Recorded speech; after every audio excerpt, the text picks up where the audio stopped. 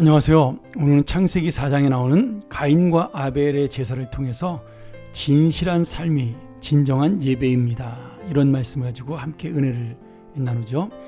아담과 하와가 죄를 짓고 에덴 동산에서 쫓겨난 후에 그들은 가인과 아벨이라는 두 아들을 얻게 됩니다.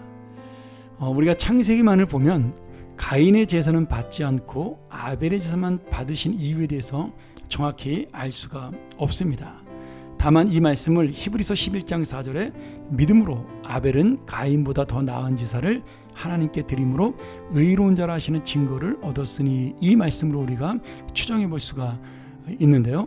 여러 가지 해석들이 있지만 아벨과 가인이 드린 제사가 제사법대로 드렸기 때문이다, 아니다, 아니면 생명이 있는 제사요, 생명이 없는 제사였기 때문에 하나님이 받고 받지 않은 것이다, 이런 여러 가지 해석들이 있습니다만은 가장 중요한 것은 믿음으로 더 나은 제사를 드렸다라는 말씀입니다.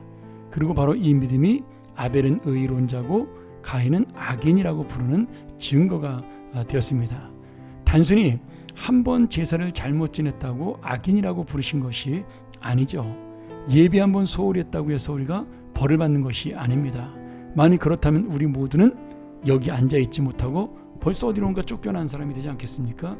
그러니 오늘 이 가인과 아벨의 문제는 단순히 한 번 드린 제사의 문제가 아니라 그 제사를 드린 자의 인생, 삶, 그리고 중심을 보고 말씀하고 있습니다. 지금 요한일서 3장 12절에 보면 이런 말씀이 나와요. 가인같이 하지 말아라.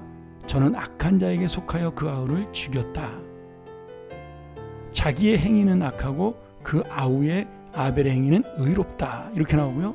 유다서 1장 11절에도 이 사람들 화 있을진저 이 사람들이요 가인의 길에 행하였으며 삭슬 위하여 발람의 어그러진 길로 몰려갔으며 고라의 폐역을 쫓아 멸망을 받았다.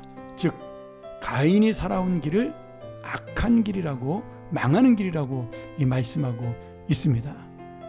그리고 우리가 읽은 창세기 4장 7절에도 보면 가인의 행동에 대하여 하나님은 죄라고 그렇게 분명하게 지적을 하고 있죠. 이런 말씀을 볼 때 지금 가인이 살았던 인생 자체가 그 삶이 하나님 마음에 들지 않았던 그러한 죄악된 삶이었다는 사실을 추정할 수가 있습니다. 그래서 하나님께서는 가인을 야단치면서 네가 지금 죄를 짓고 싶은 마음을 가지고 있다. 죄가 정말 문 앞에서 너를 지금 보고 있다, 이렇게 말씀하고 있는 거죠. 그러니 네가 그 죄를 짓지 않기 위해서는 네가 참아내고 인내해야 된다, 이렇게 하나님께서 경고했지만 결국 가인은 자기의 그 어떤 욕망, 어떻게 보면 내가 원하는 것을 얻기 위하여 자기의 죄 없던 동생 아벨을 돌로 쳐 죽이는 그런 악한 일을 행하게 되죠. 그러니 가인이 아벨을 죽인 것은 단순히 제사를 한번 잘못 드린 그 질투심 때문에 그런 것이 아니라 악인이 의인을 핍박한 모습이라고 우리가 볼 수가 있습니다.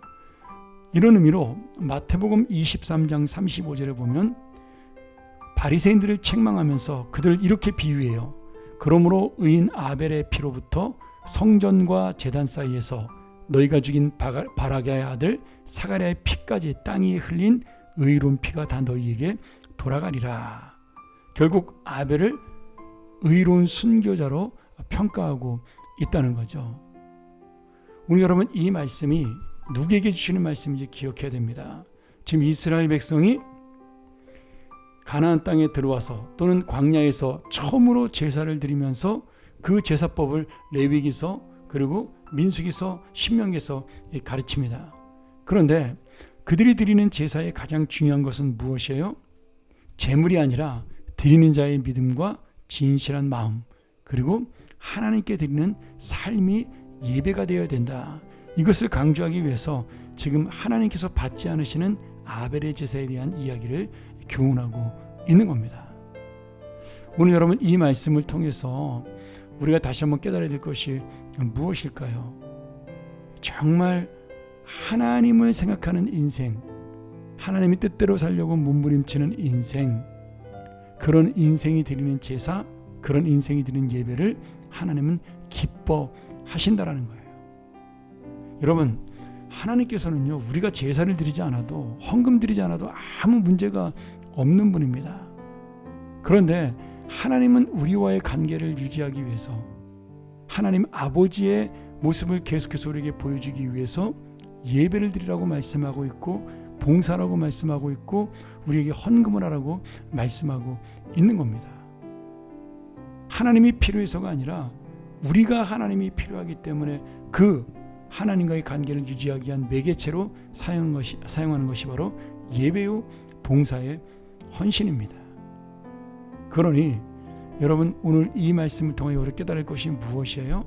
진정한 예배는 진정한 믿음의 마음에서, 삶의 중심에서 나온다라는 겁니다. 잘 보세요. 가인과 가인의 후손은 잘 사는 것처럼 보여요. 그리고 아벨은 힘없이 죽어가는 것처럼 보이고 안타깝고 불쌍한 인생처럼 보입니다.